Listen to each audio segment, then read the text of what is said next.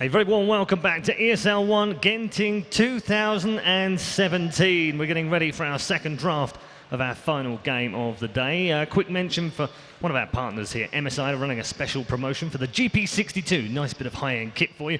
It's got an i7, a 960 GPU M in there, mobile, 4 gig of RAM as well. There's also a Christmas pack alongside it, and there's a special bonus right now. They've also got an upgrade for 4 meg of RAM on top of that as well. 4 gig of RAM, I should say. 4 meg? What year is this? What year is this? 4 gig, of course, as well alongside. You can head down to the URL at the bottom of your screen, 11th Street MSI store right now. We are on the verge of getting back into our second game. As I said, our panel are back with us once more. They don't have 4 meg of RAM with them. They have plenty of gigs of RAM. We do.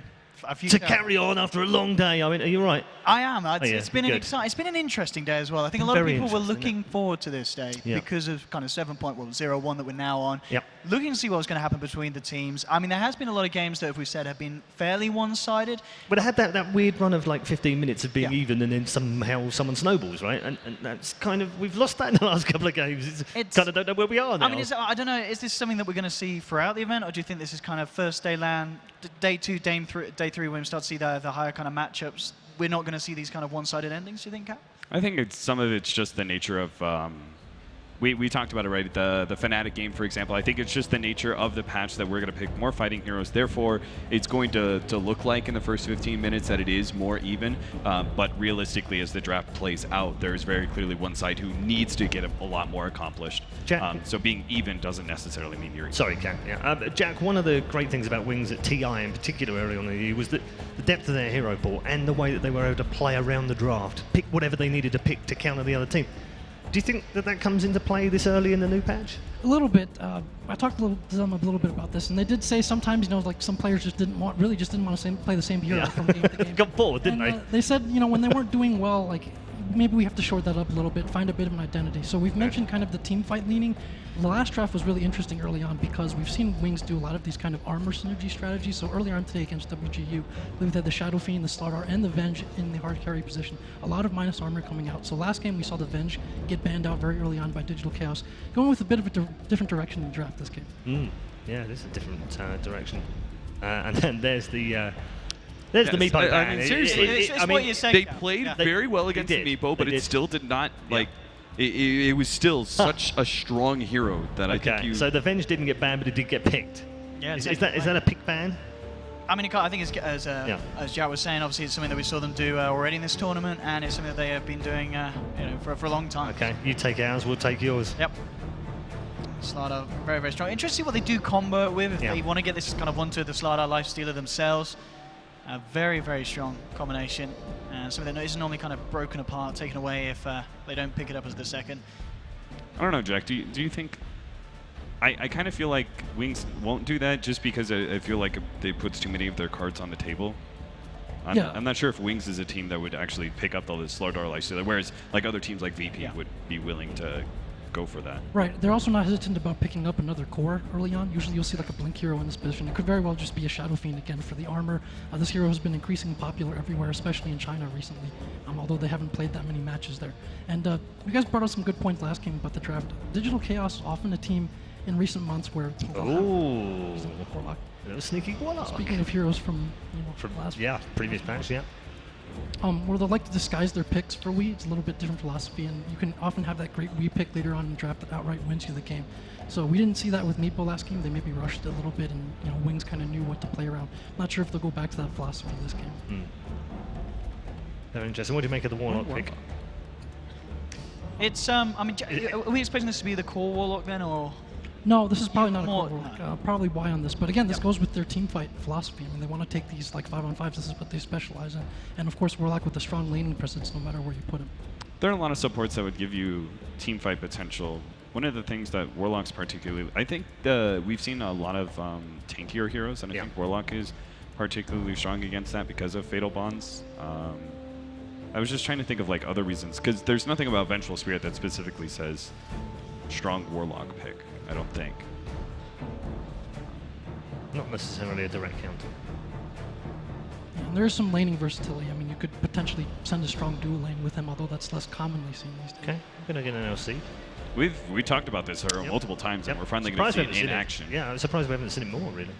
Yeah, the Legion Commander is going to be quite strong here because of the way that press the attack.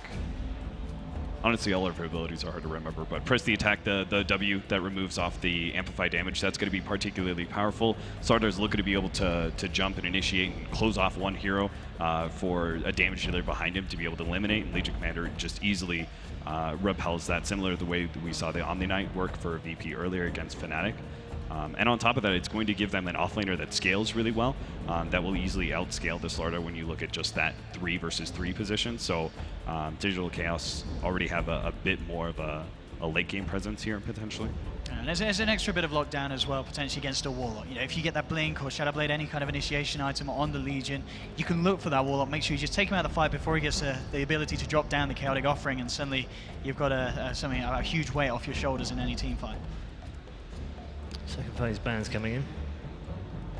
Taking a lot of the comfort heroes out of for Wings. I mean, obviously Sand King, we've seen Faith Beyond play that constantly, just a great playmaker. Last game he missed a bunch of stuns, actually a bit uncharacteristic of him, but still a potent hero, especially if you send him into that offlane, as we see so often, being able to harass. And then, of course, Juggernaut, one of Shadow's most comfortable heroes for sure.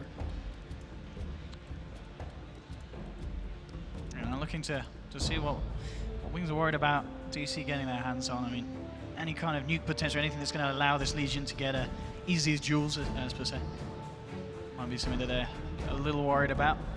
There's a lot of versatility with Legion too. You can send this guy pretty much everywhere in terms of lanes. And again, we've seen that from Digital Chaos. I think at the Boston Major, there's a game against LFY where they picked the Magnus and they were expecting it to go mid, ended up going jungle, and that just totally, and since LFY got greedy and went with Sniper, that just totally threw their game plan apart. And so we've seen that, a lot of kind of flexibility from Misery as well. And in some ways, that's Wings' own script of having that versatility when they pick. You know, it's funny you brought up Sniper because I was actually thinking about if DC can actually pick up a Sniper. I feel like Sniper's really strong in this patch. His talent tree, it's like one of the few talent trees that I'll actively point out because I think it is so strong. He's got this HP talent that is really good early on, and he's able to build actually, like, you remember, like, was it Host maybe on Na'Vi? He built like the SNY Sniper in the last meta that Sniper was really popular, and he just like would tank up quite a bit, and I feel like Sniper is actually able to do that in this patch as well. I'm a little bit surprised if they don't ban away the Lifestealer just because it is such a potent combination, but maybe they feel like the Legion Commander and the Vengeful Spirit are still suitable counters to that, right? You've got a single target save between both of those heroes, so no matter who's initiated on, you should always be able to find a saving grace. I'll be interested to see what they do choose to pick it. I mean, again, I feel like Wyvern could kind of work out to save people from duels. The Winter's Curse is kind of nice with Warlock because obviously you don't use the spells at the same time, but it allows you to set up and then follow through with a further kind of AoE. I mean, I'm looking to kind of towards AoE what they want to take towards it. But I mean, as Jack mentioned, they like to pick cores earlier on, and that's what they do. More active fighting core. You'll see this pretty often from them. Yeah, I guess something that Legion's going to have to think twice about before dueling. Yeah, also, and if they are thinking of sending Legion to that offlane, there aren't too many heroes that deal decently with Legion out of that safe lane position, and Ursa is alright in that regard. Yeah, I think you really want to be able to have, whatever there's the Legion Commander, there's a couple offlaners like that who are just able to have such a strong 1v1 presence that they constantly pull supports down there. So it's really important for you to be able to have a safe laner who can battle that. Frees up your support rotations, particularly with Slardar being probably one of the better rotating offlaners. Thanks to his early levels in Sprint, he can actually have some mobility before he has the Blink Dagger. So if you have a winged support here that is a little bit more of a roamer, more of an active, makes things happen as a support, you can couple up with Slardar, and they can easily put pressure on the offlane, which we don't know, or on DC safe lane, which we don't know what it is going to be. Is there any potential for DC to slip in a drought at this stage? Yeah, because the Gust is very good. Spirit, yeah. And then, the combination. Like AoE silence is going to force the Ursa to, he can't just rely on his ult. He has to get a BKB as such to be able to deal with that. Well, the great point that you brought up earlier was that Digital Chaos with an emphasis often on lanes. I think we saw that a couple tournaments this summer as well, with last summit actually, after the summer, where they started off great in the lane phase against, I think it was OG in both games, basically dominated lanes, but does everything come together after that? We've kind of theory crafted that Leshrac would be a powerful support if you have the right heroes around it. He's just able to output so much damage. His talent tree is pretty valuable. He just is such a threatening support that you just kind of have to focus him down first, and they're going to be able to, again, save that potential hero if he's initiated first with the swap. Like, it's well worth it to, like, give up Vengeful Spirit's life to keep the Leshrac alive just because he's such a glass cannon. He's able to output so much damage. I mean, are you seeing this Lesh more as a support then? Or do you think there is the Oh, yeah. I don't think mid Leshrac is back yet. Okay. I don't think that position is going to be filled. I think the support Leshrac we've seen a little bit out of NA. I'm not sure how many other regions were running it in the previous patch, but we saw a little bit here and there that teams like, say, Complexity were willing to run Leshrac in like an offlaner support position. Right, you said we saw it during Boston with Complexity, as where if you want to be more active now and you're lacking heroes that can also take objectives out of that support position, there's very few heroes who can fill that role like the Leshrac can. Yeah. Ricky. Somewhere, Shane O'Mad is having a party. We talked about Ricky and Bounty Hunter both have this big advantage where I feel like it's harder to be able to get really strong aggressive wards with the map changes. So Ricky and Bounty Hunter both got a plus in that, but there's also the fact that we are seeing a lot more 5-manning, and in which case both Ricky and Bounty Hunter are a little bit weaker when it comes to their other support counterparts. Ricky's okay because of Smoke Cloud, but... Okay, now things are going crazy. A Naga Siren for DC. Yeah, a lot of single target right now coming out from Wings, and so I think ultimately Naga becomes a problem if this game goes long. I like the Ricky for a couple other reasons too. It puts a lot of pressure on you. The rotations went so well last game. I expect that to happen this game as well. But also for like the Legion Commander, the duel or being able to save single targets, Ricky has pretty good function in that. Oh yeah, with the smoke screen, it's a nightmare for the Legion. I mean, look how much commitment there is from Wings, right? You have the Blink and Crush, you have the Ursa Blink in, commitment. He just looks to be able to tear apart one hero, and then you have the Warlock Golems that are going to be thrown. There's this big team fight ultimate. This is all very much heavy commitment, which Naga Siren puts the hard reset on. I think that Song of Siren has so much value in this matchup against Wings so far. I think that was a very strong pick by Digital Chaos. I'm not so sure how Naga Siren and the whole split pushing aspect of that hero, where that has its place in this meta, but I do think at the very minimum that Song of Siren is going to be super value against Wings and their attempt to be super aggressive and find these initiations. And his final bounce as well. Yeah, Timber. I mean, it could be something that they were looking for, obviously, on the side of Wings. Got wave clear against the Naga. They had banned out heroes like the Keeper of the Light, heroes that are very strong against the Timber Saw, so it could have maybe kind of edged towards them thinking about it. And then them themselves banning out the Abyssal Underlord, not something that we've obviously really had a chance to see much, but something that I'd imagine would work quite nicely with a Naga. If you're in any kind of danger, Song, Dark Rift out, you can get the team in and out very, very easily. Yeah, it worked very well earlier on with the Wisp. Not this time around. Marana is the final pick for DC. There's a lot of great synergy and natural setup for DC as well. Pretty much everyone sets up everyone else's harder to cast skill shots. Looks much better now, doesn't it? Yeah, you've got another pretty mobile hero that's going to be able to kite around, potentially the Ursa. It's super susceptible to Riki, though, and that's going to be the tough part is the laning phase. I think we absolutely needed a pushing hero here. And they've got it. You need something to stand toe-to-toe with the Naga, take it late if it ends up getting to that stage, and that's absolutely the hero to do it. So I'm just interested to see who's going to be playing what on the side of DC, because they do have versatility. It could be Core Naga, it could be Misery playing the Naga. They've got a lot of ways to play this, John. Let's find out right now as we head back to our commentary team. Toby One, it's all yours. Thanks a lot. It is great to be back, and of course it's great to have a whole bunch of heroes. We were slowly ticking off the ignored heroes list, the guys who were left or out of their prom dates. But we've actually ticked off another 3 in this one. So we have the Leshrac coming on. Contradiction. Legion played for the first time? Yes, that's right. He did get banned, but he didn't actually get played. Tressen's the she. Thank you very much, Toby. Of all people, I think you would know. No, that's Slacks.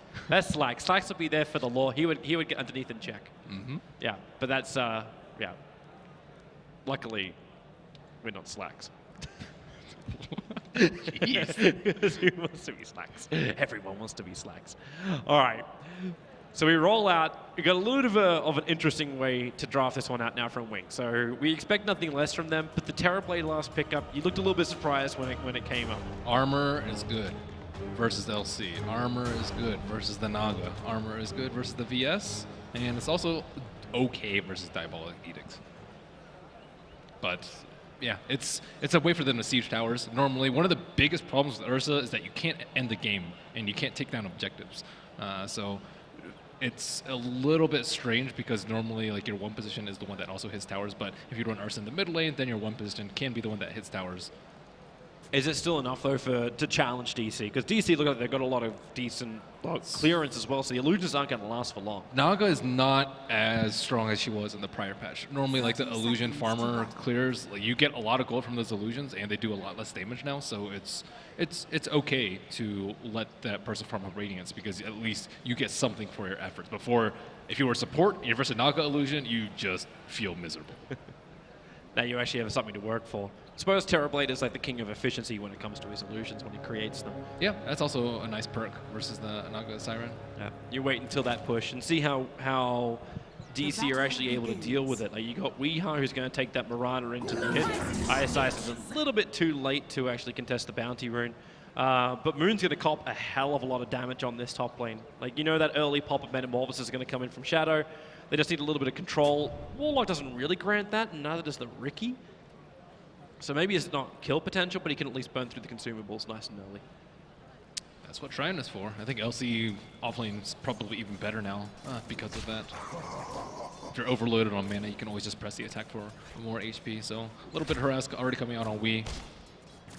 Yeah, just an easy orb of venom, but it's just saying hello more than anything else.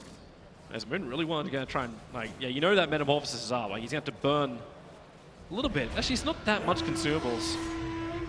And there's that press the attack. So even Shadow Word isn't really great harassment from Innocence. Yeah, it's going to be really hard to at least get him out of XP range. I suppose it's easier when he's still down. Like, you bring Ice up and Moon very aggressively moving forward. Ice can look for the body block. This will buy them time to attack. Shadow's still got Metamorphosis for a while. Moon trying to back out, but he's hitting an invisible wall. It's the mime of Ice. What? Creating the wall, and Moon will go down. Oh, it's one of the best blocks I've seen. Like he also did at like a very, very slow pace. Normally when you see people block, they're moving at a much faster pace, but the LC just looked like she was like cold snapped that entire maneuver.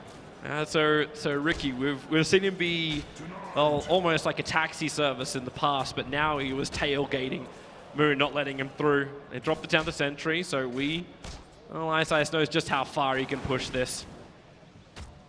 I mean, he also has the Tango ward regeneration, so that's going to be a long time for him. Moon finally gets some experience on the top lane now that meta is down. Fate's about to try and contest for the 2-minute rune. Nice wave of terror. Saxo realized what's going to go on with the split. They actually get the stuns off, and Slaughter, he'll get the crush. Needs movement speed with the boots. He's got it. They won't be able to catch him, but the movement's coming off the mid lane. Weeha could just throw in a stray arrow and maybe find him, but no, Fade, he reads it, he knows it. Now Wee leaps in, but there's the vision. The Starfall will connect, but not the extra. So Faith up the hill, runs away, wastes a little bit of time with the Marana. Wastes all her mana too. There's 3 spells committed. As long as Faith gets out, right, Misery. Okay, that's a lot. Okay, Misery's gonna get it. Oh, is he? He didn't know where Faith was going. He's going to the shrine. Yeah. Like, not interested in that. Misery looks for the bounty rune, and they won't even get that. Warlock was on top of that one. It's that Haster giving Leshrac some kind of hope. The thing about Pony. yeah, and playing versus Riki, you have to be especially careful about leaving your bounty runes. Normally, like, oh, okay, I can probably play greedily, wait until, let's say, like 3:45, get it right before 4, and get another one. But with Riki in the game, it's that time again. Get another one. Moon's in trouble. The body block begins. He knows he's in trouble, and he's actually getting hit. The backstab does so much work from Ice and just jumps forward with that blink strike. And again, Moon having issues on the offlane. Yeah, he is. He is not in a good spot. I like the dual offlane LCs, just because it seems to be a lot stronger because you can actually get experience in the early game, and it might be a little bit late now, but you don't want to be feeding kills every time Metamorphosis is up. And Resolution in the bottom lane, very low, forced to pop a South. Isn't those the dual off lanes meant to be with something a little bit more, well, intimidating than a Leshrac? Like you bring in a Slardar, you bring in an Ogre or a Spirit Breaker. Sometimes you like the range heroes. The range heroes are sometimes preferable, especially when you're versus low range heroes like the Terror Blade. You want to be able to harass them without harassing it back. I don't know, there's different philosophies, I would say. Depends on what your team needs. Okay, this is Blink hoping that Weeha moves forward so he can just crush it, clap him down. Well, it's more trouble. It's the other way. Magic Missile, Split Earth, Starfall. Is there going to be nowhere near enough time for us to have any level of regeneration? Probably would have required level 6 as well to survive that Consume Fairy, then just into the Enrage. But he was still short at level 5. So already from Naga Siren, her Quick Bite looks like she already wants to go for the standard build. I've tried a few different Naga builds. I actually think I prefer the non-Radiance fighting Naga build. Red's actually dead with the Crush. He tried to mirror image out, but with the smoke screen up, now Faith needs to keep the control up, and where's that Illusions? He's got one, and he can't actually juke it. They realize which one was the real one, and that's going to be a kill. Again, another one going the way of Wings. This Riki is dominating all the lanes right now. It's also set up some very, very good wards onto Radiant side of the map. Shadow's got to be careful. DC are once again on the hunt. Yep, no duel as of yet, but level 3 overwhelming odds should prove enough to burst through that armor. Shadow trying to form out with that illusion and see if anything as funny is going on here. Well, he doesn't see Misery in the trees. That's the funny thing. So Misery's just waiting until VS. Like, if Suxer can get close enough to get the initial stun, then he's looking good. Now middle lane, with a clap. That's some heavy damage on the Weeha and just being denied his leap. Yeah, he's just blocking them so well. He's just blocking just good enough so that he was in that smoke screen. And they're playing very safely on the top lane too. They know that something's up just because of the other lanes just having one hero solo. So Misery's trying to get a path which is even deeper and almost behind the tier 1 tower. I've seen a lot of clarities this game. Normally you don't see this many. Saw a couple on the Naga earlier, one on the Slardar even. It's become, I would say, a bit better after the changes. It's funny, like you'd assume the Shrines would be able to make up for that. That's not going to happen. Moon's able to steal that bounty room from inside the Wings jungle, so he'll take anything he can get closer towards that level 6 on the Legion. And the movement comes into the middle lane. So Weeha, like how do you even start this one? You want a Magic Missile into an Ursa, closing the distance on the Ursa when he's got phase boots, plus he's walking around with a full PMS. You're not in danger of dying though if you're weak, because he has the haste rune bottled up, so maybe you try and make a move and make some of the supports feel a little bit threatened. Ice is preparing himself. Puts the Observer Ward down, realizes that Moon has no friends. At least none in the neighborhood. They don't have a way to slow him down though. Normally it's been the body block, but right under the tower it's extremely difficult to do so. And he's almost level 6, so if you stay a little bit too long, then you might just get dueled. And no reflection up on the Terror Blade. He's almost level 6 himself. And they're trying to force bottom lane. Magic Missile, going to go into a Split Earth onto the Slardar. Naga Siren's in the neighborhood, but with no points up and ensnare, there's just on a secondary controller. But DC are okay with this. If they can keep that catapult alive, they could just push him with Misery's points up and Edict and force the reactions out again, which is what they were hoping for previously. Yeah, he's gonna shrink up all the way though. I don't think they wanted to devote the support's time to this. They have the kill opportunity with the haste rune, but that's gonna expire very soon if they buy their time on bottom lane. This has to be lane push, right? Like you just Edict, like that's all. Like that was the big strength. We saw Complexity actually use it beautifully during the Boston Major. We just turned this into like a full-on push early lineup, even without having like real natural pushes.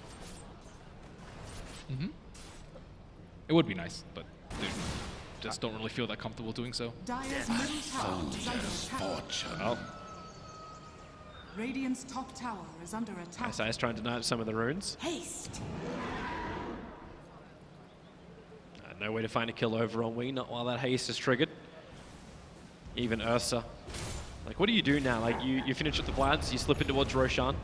let Terrorblade do his push, because he still hasn't done that yet. We still haven't had that big Metamorphosis push from Shadow to the T1 tower on top. Looks like Ursa's actually going for a Helmet Dominator as opposed to any sort of lifesteal from him. Well, here's your push.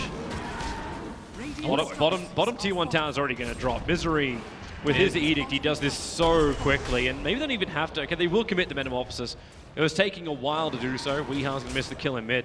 But Saxa's already there. He's level 5. But he doesn't want to fight. Like, you're going to fight into Warlock Golem, you'll drop it down, your Fatal Bonds connect them up, and there's no press the attack yet. Now you can do it, but Saxa has already gone down.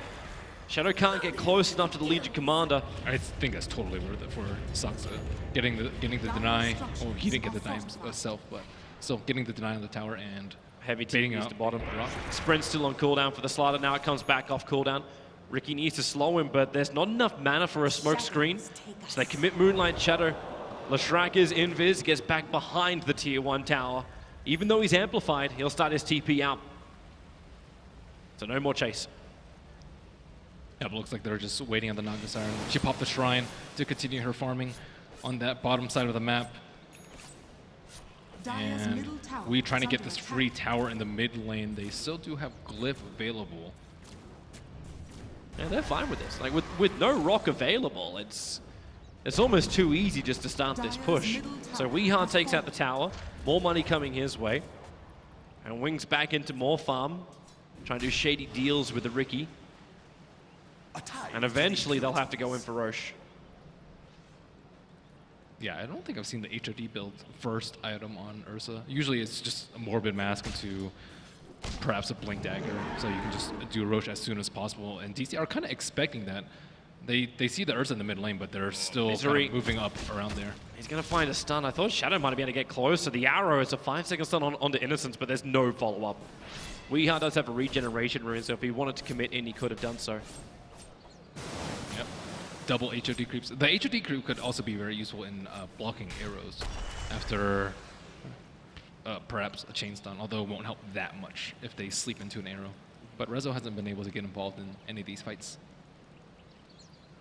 I'm still waiting to see Moon getting involved. Going for the early armlet instead, it's more of just a walk at you style Legion. I think it's better versus a Slardar. If you get amped up, you're not really that scared. You can purge it off after you get out of silence or whatever stun. I think the tanky build is better. As long as he keeps Ursa off his tail, sure.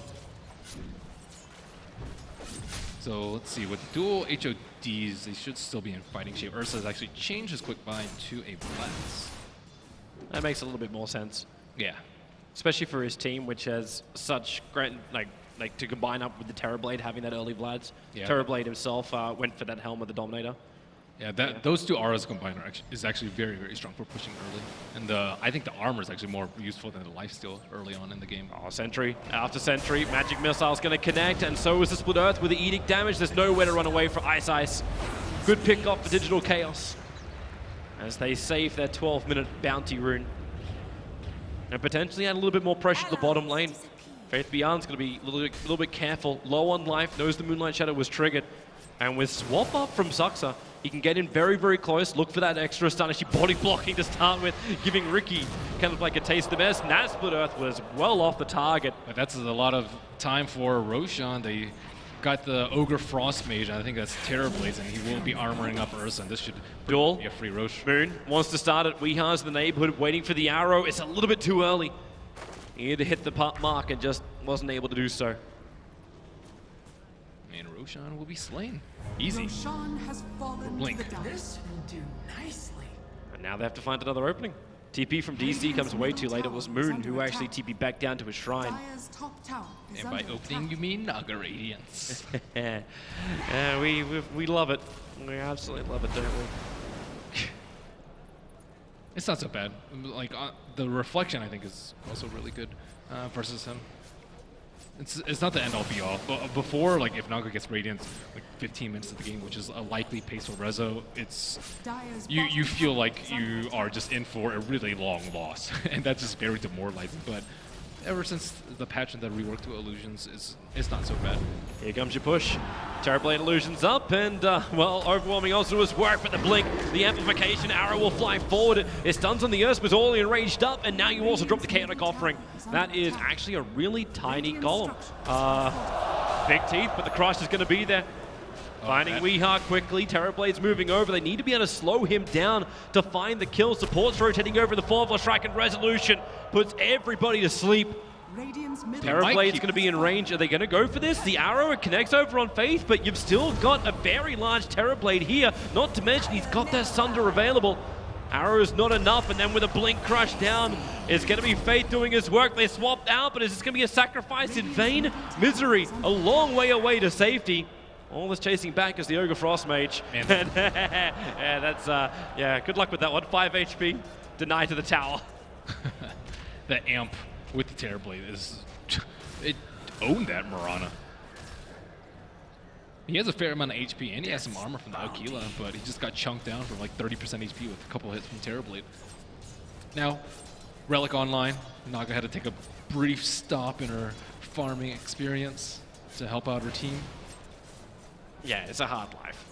Yeah. Stopping a little bit to now only be limited to 113 CS. But he still died. He could have had his radiance by now. That is true. But he did buy the relic, so it's not as bad. Like he didn't get caught out with a 3.8k gold sitting up his sleeve.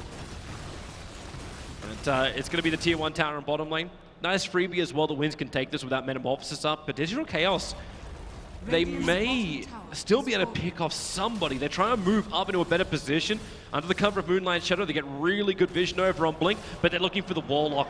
They surround him, but who else do you actually take? They're grouping up. It's a good overwhelming odds. The duel will begin, but will there be enough damage with the crush, with the stuns? It's going to be 1, it's going to be 2. Will it be 3? Wee leaps up, and there's your vision of Faith. A quick blink away. The arrow won't be able to reach him. Wow, I like how they were super patient, waiting to get as many people as they could with that overwhelming odds and just being right on top of them. Very little chance of escape for them.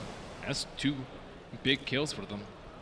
Interesting to see too the fact that Wings didn't see that. The 2 observer wards they have planted watch around the rune areas. They don't actually watch deeper inside DC's jungle, or they would have seen that DC movement. Yeah, you have to respect that. Moonlight Shadow. And now, Radiance already flying out to Resolution. Let the burn begin. Yeah, they do not have the best heroes to deal with illusions at all. Like on top of just not having any sort of instant kills for illusion, no hexes, no life drain, no mana drain, they also just don't have good Maelstrom carriers too. Terrorblade generally just builds a lot of stats. SNY perhaps. As you jump, Misery in trouble. The arrow connects over an Ice Ice. Needs to go in if it's able to do so. The rock will actually drop with the Feather Bonds connecting him. Weehan's on the run. He got hit by the initial stun. That's why the Feather Bonds, he was in range for it. And Faith Beyond looking for a better target. Over towards Moon, breaks free, starts up the duel, but is he going to give over damage? How much is there with no armlet turned on? The crush is there, so he won't give the damage, but he will give his life. Did he just buy the Helm of Iron Will? That 5 armor actually really helped out Faith Beyond during that last fight. I thought he was going to die to a duel, perhaps, especially if Sprint was on. Guardian Sprint, I should say. It's fine just calling it Sprint. Is under attack. Well, it's already fun enough calling it Haze. Structures are fortified. I think up in Genting, I think Mist is more appropriate. Is it corrosive then? I don't know. I haven't felt my skin peel off walking out in the fog. More TPs on their way. Where's that swap initiation? They're trying to run out. It's Shadow who's very far in the front lines. A big stun. The Split Earth actually not catching him out properly because you had that Song of the Siren up, and Terrorblade held in position. The crush is there. Ursa back into the fight. Look at the Vengeful Spirit. The duel on the back lines. Moon's able to find one of these kills, but does the Ursa have enough? Not really. He's losing life too quickly. He has the Aegis Immortal. This will bring him back into the world of the fight, but with Weeha splitting the back lines, the arrow will connect, and Blink is trapped here. Ice Ice wants to help out. He'll have to smoke screen, but Ursa rooted up, can't get away. Ice Ice will jump to the back lines, at least gets a pick onto the VS, but there's nowhere to run. He'll go down. Wings get team wiped on the top lane. That shows how powerful Song of the Siren is in a team fight. Terrorblade was at like 40% HP just gets arrowed and died. They have no Warlock ultimate, which I think was their biggest folly, perhaps thinking the Aegis could compensate for that lack of an ultimate cooldown. But Naga's Radiance, maybe a little bit earlier than they perhaps expected with that one early death, but now DC right back in the game after that fight. And this is when they can push this advantage. And I mean that literally. Misery turns on the Edict and they can go through the tier 1 and probably even attack the tier 2 tower if they desire. Faith is ready in position for a two-man crush if he had any sort of teammates around, but he's got no one to help him. Like the Ricky's on his way, but he's still short of big items. He's got the double blades, and now the stun's on Leshrac, and Misery, not a healthy man, and there's that jump in, but the duel, it begins from the Legion Commander with the Starfall damage. They're able to get it, but the Ursa going to work over on Moon, wants to kill. Swap will create a little bit of space. They're fatally bonded, connects up with Wee, starts off his TP. He'll have, no he doesn't, not enough time. Big streak to end. Those observer wards, DC just thought they could farm one extra wave. The shrine is like not that close to there, so they were like, oh, okay, we can take it as they respawn, and that little bit of extra greed. 3 deaths. And that's actually so huge for the Slardar. That's his armlet. So the strength is going to increase for the Slardar coming into the next fight. I think I like this build a lot more than the, let's say, Midas that we see sometimes coming out on Slardar, just because I think it keeps him in much better fighting shape. If you get Midas, you're probably still going to die a lot in the mid fights, but with the armlet, especially versus a lot of their physical damage, you can stay alive in a lot of fights on top of just being able to right-click people down with Amp. I also wondered too if he feels like there's not enough space to pick up a Midas in this game. DC able to force issues a lot harder now. I just don't think Wings is that type of team, though. They look to what's the best for them in like the next 10, 15 minutes, and that's what they always try and concentrate on. And if they feel like they get an edge there, then they don't need to worry about the late game instead of kind of just ignoring the next 10 minutes to be like, we'll get to late game, right? And Smoke coming up, Faith in really good position to blink if he had vision. It is beyond a trap. Faith gonna see him. Blinks gets a 3-man crush off. Ursa jumps in. Misery dead straight away with the rocks. I will fly forward. Ursa will have to tank it up for the moment. As the Naga illusions cause a little bit of pain, they put an observer ward up on the hill, not really doing enough. Trick to the trade is down, and Ice back into vision. Very quickly popped for that magic missile right on the money. Resolution puts everybody to sleep, looking very tired. The arrow, the timing is perfect. Faith Beyond just locked in position. Now the duel will begin as well. Nowhere to go. Blink and stand his ground. Where's the life? It just isn't enough. You'll still get the kill over on Moon. Shadow stands his ground too. Having that ulti, the Sunder is up. But everyone from DC is not too healthy. The Golem is actually killing off Resolution, almost killing off Weeha. Arrow will fly forward. Is enough work, but the Fatal Bond still connects them up. Innocence can't do enough. It's Weeha playing the position, getting the triple kill. They'll ensnare up the Golem, let these abilities wear off. Misery, stop dying to creeps at the moment. He's running up the lane on 50 HP. He's got one charge, but Ice, he's on his way up to right behind him. Phase boots are on cooldown, so Misery, keep the run. There's no shrine to trigger. Sentry's down too, but he's not in range, and Ice, he's checking the corners. Maybe he's thinking that Misery was going to TP out elsewhere. He's just going to find a courier instead. But he doesn't have enough speed, so he has to jump back up to the lane. That fight too, the Leshrac died so early on in the fight. He TP'd a shrine and wrapped around on a Terrorblade. Terrorblade did not expect that sort of approach from the Leshrac, at least not that early on to the fight. Terrorblade, I don't even know what you get. Like BKB might not save you from the Song and a sleep, maybe just raw HP. I thought he might have been able to sunder the Ursa during the duel, but he wasn't able to get that off in time. Yeah, we actually haven't seen a single Sunder. Yeah. Out from Shadow, there's never been a really good opportunity for it. They have so much stun lock in between the Vengeful Spirit and Leshrac, not to mention the duel and arrow on top of that, if they need additional lockdown.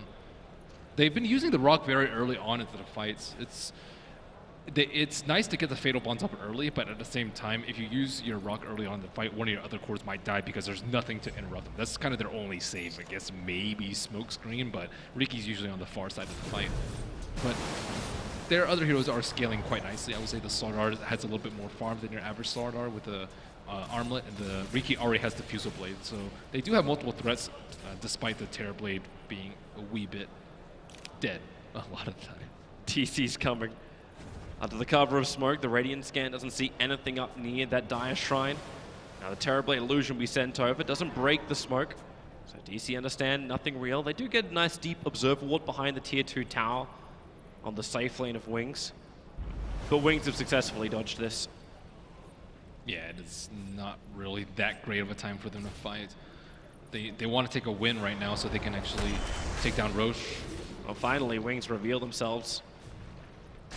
Yep, they need to get vision with the illusions first to make sure that Shadow just doesn't die early on in the fight, but they have to be very careful about that positioning because of the sleep. Very patient, but Shadow. They got 2 Shadows to choose from. Work out which one is real. They're all very careful. Now, Lustrike looks like he will be on the top lane, so they kind of know that they're in between that area, and looks like Y will be the one to perhaps walk up that hill first. Yeah, he is. Puts the sentry ward down, looking for the obs more than anything else. But both sentries are in range of each other. It's just DC who have the extra vision of it. Thanks to those Naga illusions continuously harassing Wings down. They have that high observer ward, so they have seen 3 of the DC. Oh, there's your opening. Vengeful Spirit caught out. Ursa jumps in. Tricks the Trace is committed to. So a Song of the Siren, but there's nowhere to really set up for this. The arrow will fly forward, gets a stun over on the Ursa. This may stop the chase from Wings to get those extra kills, but Faith Beyond gets a stun. Where is that Invid's going to wear off? It is now. They see Resolution jumping forward with the extra little bash and the committal of Terrorblade. He actually pops into Metamorphosis. That was a miscommunication by DC. They were like, okay, where's the Warlock? Because they want to kill the Warlock, or else the Rock will just destroy them while they go for that slept target. They shot out the arrow like, okay, do we really want to go? But by the time they retreated, they couldn't TP out. And you want to have a clean TP out once you Song, or else you'll just get picked up in the retreat, especially with a very fast catch like Slardar. Well, that miscommunication cost them heavily. Aegis the Immortal now into the hands of Wings, and that's just a license to gank. Yeah. Ice also has a great target. Going to go over on Weeha with a Fusel Blade charge. They try and break him free with the Ghost Scepter. They can potentially do that. As Faith, Blink, Crush, actually caught Legion Commander on the back lines. He wanted to Blink duel forward. Now he can do it after the swap. Bringing back Faith Beyond. Where was their team for that? And that's a very good question. And the arrow, Ursa, 5 seconds on the stun underneath the shrine. DC realize their luck, but can they get there in time? No, they can't. The blink away, a double damage rune into the hands of Ursa. They are not fighting that. Yeah, that could have been extremely bad for them. Maybe the Ghost Scepter pickup by Mirana took the Riki a little bit off guard, and he had to expend a Purge, which just got immediately press the attack when all of DC were waiting right there. Well, here they come again.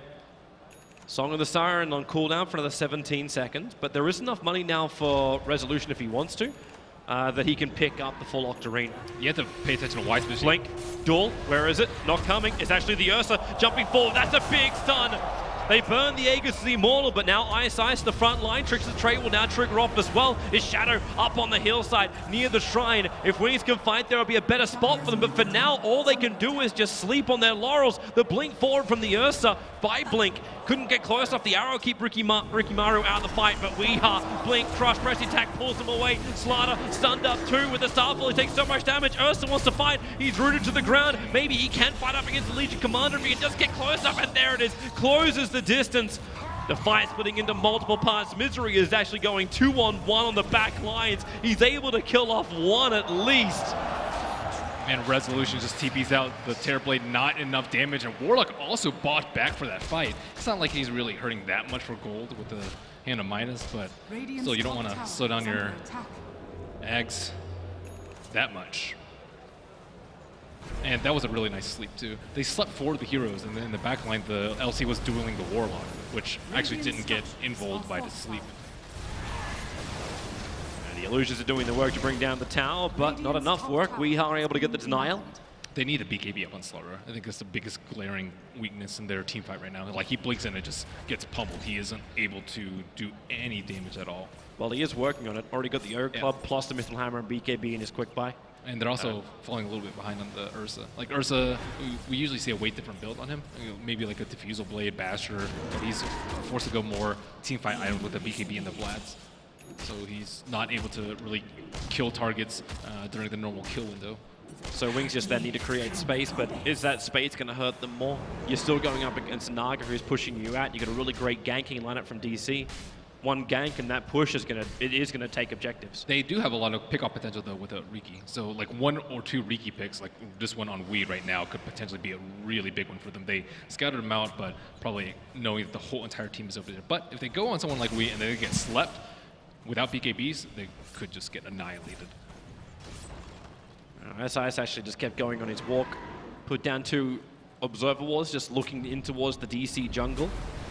For now, just a defensive sentry. Smoke is actually there from Wings. They blink forward. Lashrak dead so quickly. The duel will begin. Will there be enough damage? Slider, he actually stays alive thanks to the Sunder of Shadow. So now Faith Beyond can turn around and move, and you open it up for Blink. The Ursa can go to work. Zuxa hides in the tree line, but is further down. With a trick to the trade, DC have walked into the trap of Wings. Weehar is still not out of this. He's holding on to his TP. He's got Blink available as well. Is he waiting for the creep wave, take it, and then get away? Perhaps, or maybe just support to maybe lag behind a little bit and play some observer and just go for an easy pick. That courier is on his way. The TP will finish before the courier will arrive. That Sunder though from Shadow really saved that fight, and I really like the Blink. Mid lane, they go onto the Mirana, and oh man, Weehar. What a bash! Yeah, okay. Bash of the deep. That is an effective kill, because now you don't have a Mirana for 46 seconds.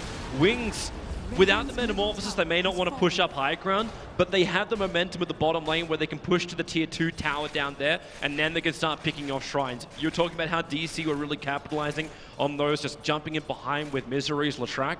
That won't be available for much longer. I don't think they can get that T2 in the timing that they're looking for. Meta is down and Shadow has TP'd out, so only 1 T2 remains as DC's outer defenses. And they have the Basher up with the Ursa, so like their net worth is way more evenly spread. DC just has the majority of their net worth onto that Naga Siren, who is not extremely useful in teamfights aside from sleep, just way more useful in terms of being able to push out lanes, get vision for them, and harass down the heroes before the actual team fight starts. And another smoke comes out as DC swarm down mid. Yep. But Wings are almost ready to fight him. Slider's the only one who isn't really, because he's still trying to farm up the rest of his BKB. Oh. And funnily enough, that's the target which Moon's getting close to. But the blink, the duel is over on the Ursa. No enrage up. The arrow will connect perfectly too. Bit of an easy thing when he's standing still, but a kill is a kill. And that tier 2 tower melts. Yeah, he does not have buyback. 220 gold needed for that, and with sleep up, this could be a really timely 4-on-5 engagement and no rock for 25 seconds. He spent the money on the Basher. You have the BKB over on Shadow. Blink, crush forward, a quick swap out, Song of the Siren. Not the greatest timing this time around, as Arrow was fired off very, very early, and upheaval on the back lines. DC can't even reposition. Weehar will jump in. It's heavy damage, but Shadow into that immune form, jumping forward, looking for a kill. Misery under the cover of Moonlight Shadow. They're actually able to run away from Wings. The disengage from Digital Chaos is perfect, and the arrow flies forward. The stun will still be there. Weehar jumps in with a Starfall. Maybe the Rocket Fatal Bonds could get a little bit more space. The duel is there. Moon finds the kill. DC, they're doing it right now inside the base of Wings. Jump forward. We want another one. It's going to be the Innocence removed from Wings. Not to mention the Golem, Faith Beyond, and Ice. That the last one's left up. Ice copped an arrow, and the ensnare holding Slider in position. They're losing too many heroes. Terrorblade will buy back, but no PKB, no Metamorphosis, and now he's in range for a gank. Another buyback. They just keep using all of them, and they need some extra kills, but they're not going to find anything. DC will wait if Wings want to chase this out, and they're going to. Song of the Siren under the Sentry. They know where Ice is. Terrorblade, the arrow flies forward. Shadow, it is only an illusion. The finds him, and now in comes Blink. The Ursa swapped far, far away. Vengeful Spirit, no bash to stop him. Weehar will find his kill as well, leaping away up the hill to freedom. Wings, they tried their damnedest to hold, but DC, they've still done a heavy amount of damage. Oh, that was such a huge economic loss from them. Terrorblade, a little bit unlucky with the Manta split. He tried a Manta dodge, realizing that he was just going to get nailed by the arrow if he didn't do anything about it. And 1 out of 3 chance, he just got owned by that. It's rough for them at this point, too. Without, like, BKB, they have to, like, coordinate their cooldowns, too. If, like, only one hero BKBs and gets slat, you just get netted and just die. And while your team is just watching you, and they tried to blow all their cooldowns to try and save that Terrorblade so he could get a Sunder off, including the Rock, which just paved the way for DC to mow them down. And that's a huge find for Digital Chaos. They got such a big advantage from that. Until that point, Wings were leading on both gold and experience. Now they're only just leading on experience, but barely are they doing so. That graph just shifts north. Yeah, it's still not terribly bad for Wings. Eyeing next Roche, though, is going to be the big one. If they lose a fight right there, they just straight lose the game. Yeah. They just invested so many buybacks. DC could easily take Roche and or end the game at that point. This is still probably the closest game we've had of at least the main stage of this tournament. Level up at 27 kills apiece, 33 minutes in. Each side still has a lot to work with, but Digital Chaos, it's theirs. The Shrine attack, they look for an opening behind the lines. Tricks the trade will at least dodge the Mirana arrow. Song of the Siren is out. He's still in range of that sentry ward, so they need an extra stun. Weeha doesn't have the arrow, but the Moonlight should have been triggered. Are they going to come down to help him? He jumps forward, but Weeha, the damage is still more than up. Going in deeper, the duel is out, but Legion Commander losing so much life. Terrorblade, the Sunder's still not up, but the Rock with the Fatal Bonds. They need extra vision. Where is it from Wings? Weeha on the other side of the tree lines. The Golem is chasing him out. Back lines is up to Faith Beyond and the Ursa to do the work, but Shadow's taken a fall. Weeha still find that opening. The arrow is available. He looks for the target. It flies and it's stray. Wow. Wings back up the protection of their high ground next to their tier 3. Imagine if he didn't get that Sunder off before that duel came out. That was so close to just being an utter disaster for Wings. And Ursa just permanently gets kited right now. I think they need BKBs on all their cores. Riki probably needs one next, but I don't know if he's going to be able to get one. Would you even give that to Riki, or would you actually like to see more damage coming out from him? He's looking at a Blink Dagger, I think in fact, from Riki. Perhaps. I mean, the Blink Dagger is nice so you can escape after trick of the trade, which is quite nice, and perhaps escape out of the sleep combination, but at the same time, you're not going to be able to just get inside of the fight and do damage. BKBs are coming off cooldown. Wings, so they can get back into the fight. Yeah, they still haven't lost their melee racks. They managed to pick off the last rack before their 2 heroes died, so DC weren't able to continue with that push. Naga-san are not the best at just straight right-clicking towers down. They do still need to try and get rid of the tier 2 tower. For now, DC, they still own both their shrines, which means they've got that easy, quick TP point towards Roshan.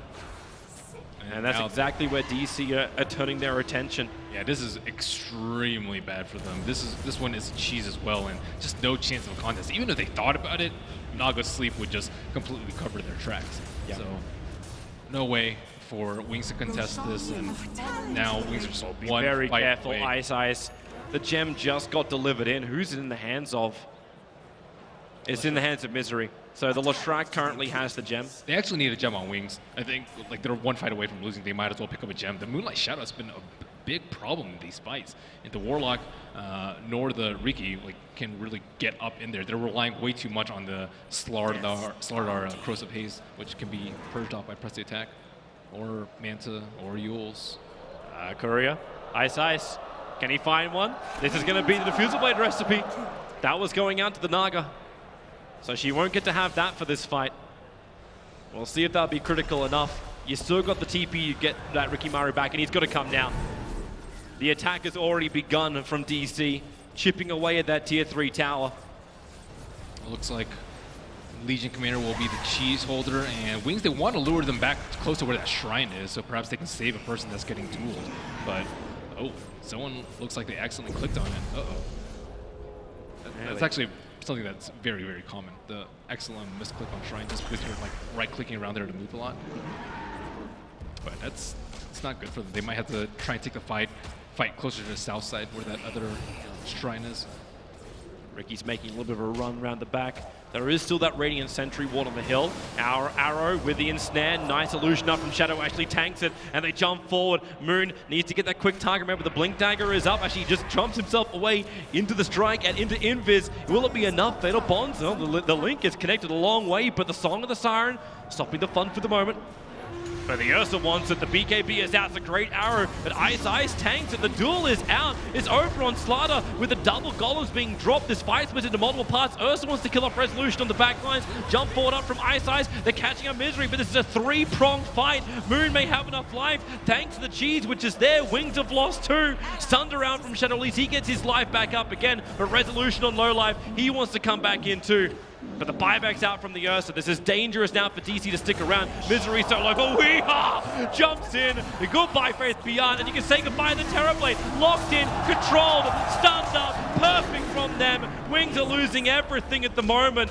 Maybe they can get a little bit more out of Blink. This Ursa has to do some lifting. Weehaw hoping to get towards the gem. Can't get there in time. Moon looking for it too. He's low, toggling through the armor as they kite out Blink. Ice in the neighborhood. They get the first stun with a smoke screen. Weehaw, Diffusal Blade gets through the Ghost Scepter, and he will go down too. Digital Chaos losing heavily. Wings will need to come back. Their melee Rax is about to come under attack.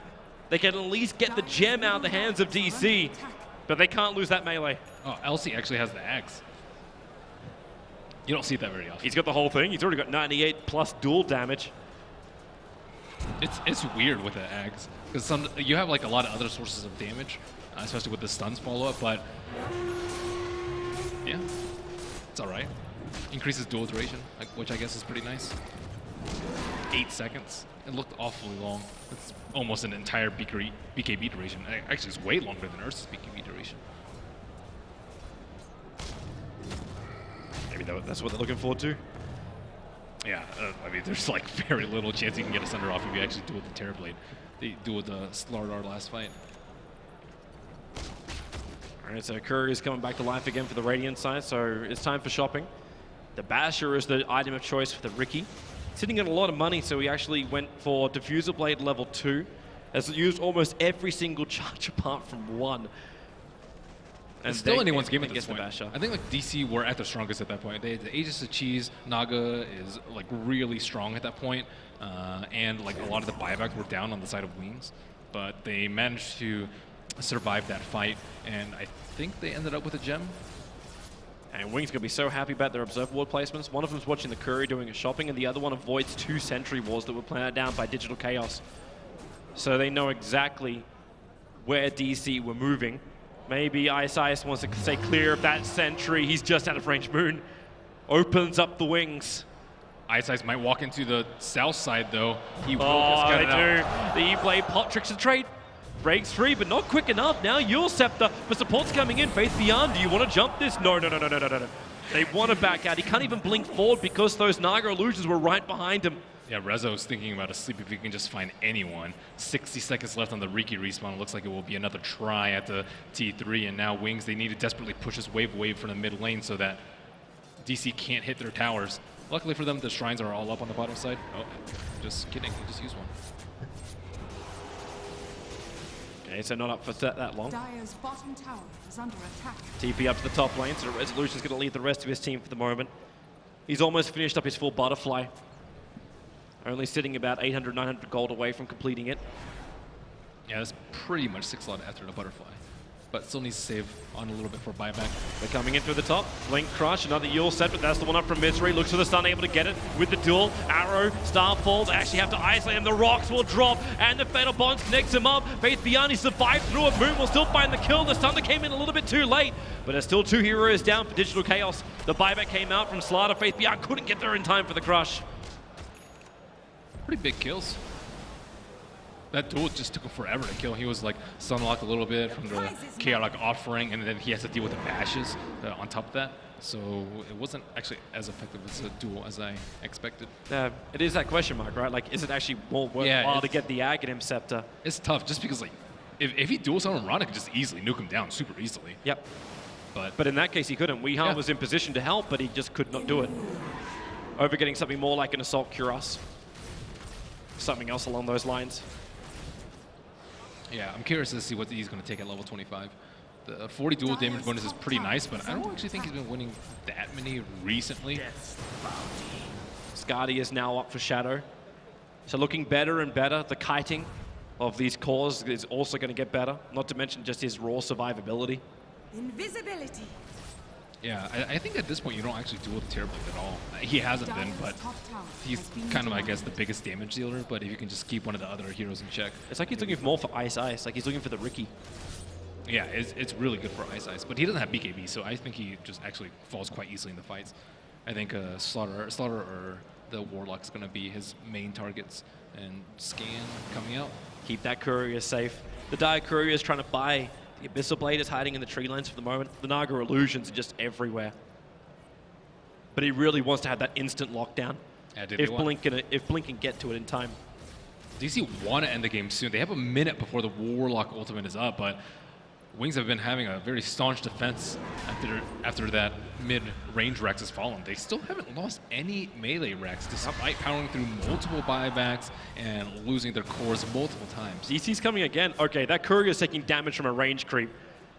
It's going to stop in its tracks and now bring up the Vanguard. Moon, perhaps, looking for an easy duel. Ice Ice feeling very comfortable. Courier, again, be careful. Gonna move around the Ursa, but the Abyssal Blade is now done. No money for buyback. We have to keep this in mind. Terribly has buyback. Yeah, and he's the only one, but if he commits Metamorphosis as well as BKB, is there still enough to say the buyback is gonna make a difference? Nope. I don't. Probably not. What other thing is he gonna save for? I suppose is like, what, Bloodthorn? I see in this quick buy, but. Not a bad item if you just want to get a quick pop. If Misery keeps using it, you also have to aggressively too. They can take away that extra damage Lashrak is bringing. Yeah, they have to be careful though because of the amount of BKBs in the Abyssal. They can actually Zerg down the Morana, I think, before the sleep comes out, barring a very good swap from Saksa. Ice Ice on the movement up, right underneath the sentry. Ward Moon's going to jump, starts off the duel. Will he have enough damage? The bash actually from Ricky buys him more time, but that duel lasts forever. Faith gets off the crush. You got extra help coming in from the Saturn Song of the Siren. Everyone will stop with the rock. It'll drop. They need to get the Fatal Bonds off as well, but no DC under the cover of Moonlight Shadow are able to escape out.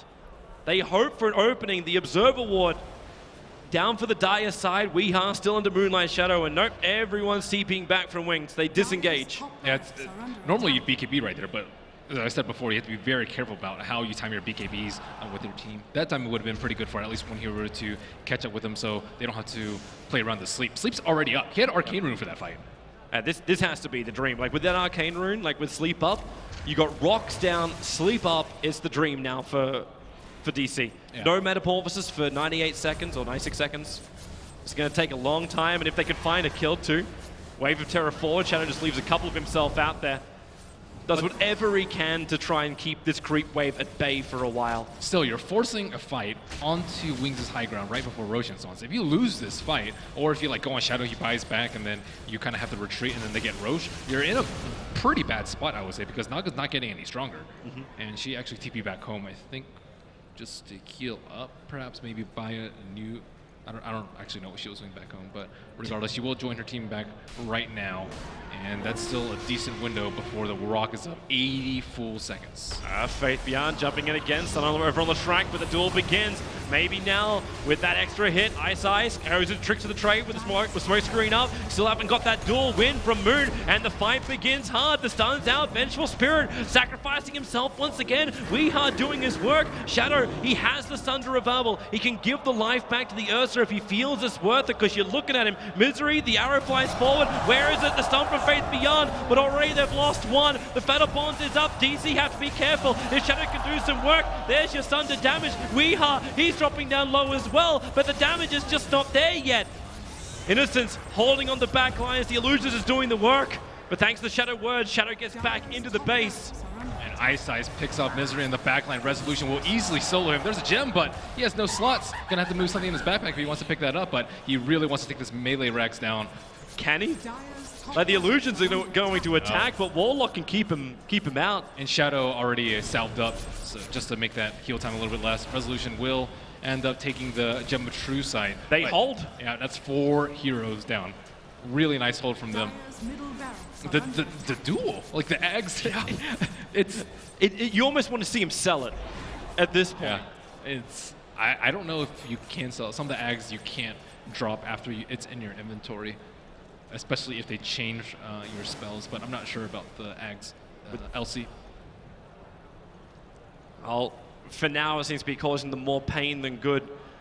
We can ask him about that one later on. He's almost finished up the Assault Cuirass. That'll make life a little bit more easier. Yeah, maybe he can win some fights, but the Bashers are actually like a big deal in this fight. The Basher from the Warlock, the Riki, and the Basher from the Ursa, like he can't actually do that much damage during a duel because he's the only source of damage during his duels. And then if you duel with the Slaughter, you also need to deal with another Bash. So 3 of the 5 heroes you probably aren't going to kill even in that 8-second duration. 8 seconds sounds like an eternity. And as this game goes on, it's always like you always need more than one hero to get that nice little pick. And meanwhile, Wings have a great time. Like Terrorblade's going to be getting closer and closer towards finishing up this full Bloodthorn. And Wings will focus on other targets and almost leaves the Mirana stranded. Roshan is up. DC TPing to the Shrine, which is still up 48 minutes into the game, and we'll start working on it. Everyone is alive for Wings now, as... Oh, he got 3 arrows. Really? Yep, he got 3 arrows. I actually don't think it's that bad with the sleep. I think if you like position yourself perfectly, maybe you can stun 2 heroes. If he's able to actually hit the perfect sleep combo into 3 arrows, then we shall bow before the Wii. That would be disgusting. Yes, it would be disgusting, but it would also be so poetically beautiful. That's nearly impossible without a Naga on your team, I think. Yeah. Well, there's your Assault Cuirass up. Aegis and Cheese into the hands of DC. So the Aegis is in the hands of the Mirana. The Cheese just being carried by Misery for the moment, but he would still be a very good target to use it. Ice moves out as far as he can to get as much information as possible. Very deep ward in the mid lane. But DC look up, there goes the arrows, able to connect on one, it's over on the Terrorblade, not looking too healthy, they smoke screen up with the E-Blade, Poppy stunders, over on the Mirana, the stun is there, the leap him out, the rocks don't come in time, but the Aegis Immortal will burn. The rocks are committed, so is Faith with a BKB, he'll jump back in, the quick crush, smoke screen, again, Suxa has to sacrifice himself, or does he? Where's that vision? They're all under the Song of the Siren, more arrows fly out, one will connect onto the Rikimaru. It sounds so good in theory. 3 arrows. It does. 3 for the price of 1, right? That's a bargain at a Boxing Day sale. Look for more. Now, duel forward. Over on towards Faith Beyond, but the damage from the Terrorblade is so big on the back lines. Wings, they're ripping apart DC's lineup. The Illusions are taking up all of the arrows, and DC lose 3, maybe 4. You've got Ice on the hunt. Jumps forward. He gets a first hit bash on the Naga. No more support. He's got no more Diffusal Blade charges either. Not to mention he's dying to Radiance. Small issue. And they have to go back to defense. You've still got all the melee Raxes up. You can't break the base though. Naga is not well suited to hit towers. Mirana went for a spell damage build, so she can't right-click buildings down. And meanwhile, you have this Terrorblade who's just gigantic, slaughtering your entire team. You wonder actually if he properly caps. Because it's a great item for Terrorblade just to have that refresh orb sitting inside of his stash. Reset up at the end of a fight. You know, Warlock now has his own refresher orb, so we've got double the rock drop. Does he even need refresher orb? He took the minus 30-second Sunder cooldown, so that's 10 seconds on Sunder. 10-second cooldown. So you can kind of like Sunder before, like you can Sunder. I'm thinking just a Metamorphosis. Oh yeah, Metamorphosis too, yeah. Yep, so you trigger it, fight, die, come back to life again, trigger Metamorphosis once again. But you are right, like the extra Sunder doesn't make as much sense. Yeah, he still has room for a Pike, I think, before any of that. But yeah, 2 rocks, it's going to be a big problem. Now they have the Solar Crest, one of the few things that can interfere with the duel. It's getting close. Like LC, normally you'd be like, oh man, I have LC in a 50-minute game, that's great, but only 134 damage is not that great. And he went for the cooldown reduction over to the plus 40 duel damage bonus because he's won like 1 duel in the past 20-25 minutes. Yep. It turns everything into just like, I'm control. I'm control factor. I hold somebody here. It's almost like saying like you just remove them from a fight, almost like an astral imprisonment. Like you're not going to be able to get the kill, but you can at least stop someone from doing damage. But you're also stopping yourself. Yeah, yes. I'm not saying it's a great scenario, but maybe you can at least keep the Ursa out of the fight. Actually, no, you don't, because then he's going to bash you, and then he's going to win the... yeah, no. You can't even duel him. We're getting to the point where the heroes that usually don't get level 25 are starting to get there. Like Glushrek's almost level 25, and you get 3 times slow on your Lightning Storm duration. 3 instead of 1. Vengeful Spirit, Pierce Magic Immunity on the Magic Missile. They're still not. What do you do with the Riki? Like, do you actually get like the plus 0.4? Or is it worthwhile having smoke screens every what is that going to be? Every 7 seconds you can add 6-second duration smoke screens? I think that's actually really good because they don't have that many BKBs. They only have 1 BKB, which is Mirana. So like you can't cast spells. You're gonna miss a lot, which I think is really good during the duel. Like 83% uptime during the duel. It's tough though. I think they have the Terrorblade for damage. I think I personally go for the smoke screen cooldown, but I think the far more common choice is the backstab multiplier. But this is a peculiar game in that there's just not that many BKBs this late in the game. The arrows fly in once more, but it's the tier 3 tower on bottom lane taking chip damage. Naga Illusion's pushing in, so if at first you don't succeed pushing down 1 lane, push 3 and do it with all the illusions. But maybe you look for the duel. There's the opening over on Shadow. He needs more life. The buyback is available. Arrows flying forward too. Terrorblade instantly buys back into the game. Oh, now they can just reset and just all in on the Terrorblade. They've almost killed the melee racks in the mid. The top lane's also going down quickly too. Wings have to do something about this because they're losing their range racks. The Naga Illusions are doing too much work. They can't really jump though because of all the Naga Illusions. There's just so many illusions, and looks like top may go down without a fight. You need clearance. Like Fatal Bonds is not enough to clean through these Naga Illusions. Yeah, he might need to get a sight. Looks like Melee Rex is dead on top. So finally, DC playing the smart game. Arrows fly, goes straight between all of the wings. Lineup, Moon jumps in, starts off the duel. Terrorblade, that BKB got off nice and early. Rock number 1, Legion Commander. He's almost going to go down right now. Willie, Terrorblade so low. Slept up, Song of the Siren. The Starfall didn't do anywhere near enough damage. You've already lost 1. The arrows fly forward. Terrorblade and Warlock both being hit, but Faith Beyond gets the crush of the Sentry. With all the rocks on the front lines, they're going to have enough damage that they can find these kills. Zuxa will drop. Weeha's on the run. The Moonlight Shadow once again going to protect him, but the amplification, it gets up in time. So Mirana visible, but Weeha turns around, looks for the extra kill. The Wings have trouble at home. They're being attacked. Shadow, okay, he'll dodge the extra arrow. But the top racks is gone. The only thing that stands between Wings and Megas is that 1 melee racks on bottom lane.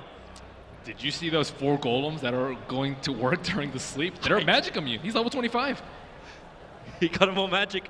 It's like the permanent BKB effects. Everyone gets the glow golden.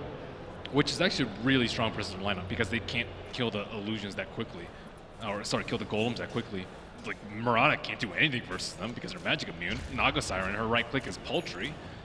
Legion Commander is busy dueling people, so like those golems are probably going to stay alive for the majority of the fight.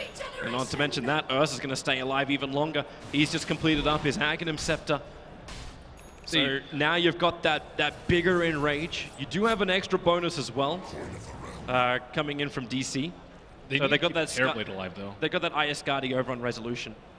I think they need another Vlad's, just because we saw how quickly Terrorblade died in one duel. One more time like that, I don't think they can hold. And he doesn't have buyback for a good 4 minutes and 37 seconds. So the only way to buff him up is like armor through the use of auras or. Ursa gets hit by an arrow. Resolution's going to be all over him. Support's there. Faith Beyond. There's your jump. They find Weeha. They need this quick kill, and they've got it. Wings put the Mirana down. Illusions are still very problematic, and the illusions from Naga are in fact attacking into that melee ranks once again. The jump forward, the duel is there, the crush, they hold Legion in position. Ursa will drop, but will Moon get out with the extra stun? The Song of the Siren. Wings can't fight. The buyback is there from the Ursa, but he can't get anywhere near far enough to the front lines to really help out. And meanwhile, they have to deal with all these illusions. And Shadow has swapped out his Lance for Monkey King Bar to finally be able to kill the illusions. He's missing like near 50% of the time with the Radiance and the Butterfly. Ice. He's going to find Resolution. They need the extra jump forward. Gets the smoke screen up with the clap. Resolution dodges it out with that mana style. Blink forward to the Tricks of Trade. Misery having to go scepter himself up. A little bit of mistiming there for the split. With the Sentry Ward down, Ice will drop, and Moon gets the perfect duel. No Terrorblade. This is huge right now for DC. The rocks will drop, but will it be enough? It's actually not a second. Refresh Orbs on cooldown. Resolution, he's trying to run out of here. The stun, they hold the Ursa in position, not to mention with the sleep, they're doing it. Only the Ursa to survive. He's running away, but Wings will call it just shy of the hour mark, our longest game so far here for ESL One. And Wings, they will be pushed to a third game by Digital Chaos. LC duels ended up winning in the game, in the late game, despite the best efforts of the Aghanim Scepter.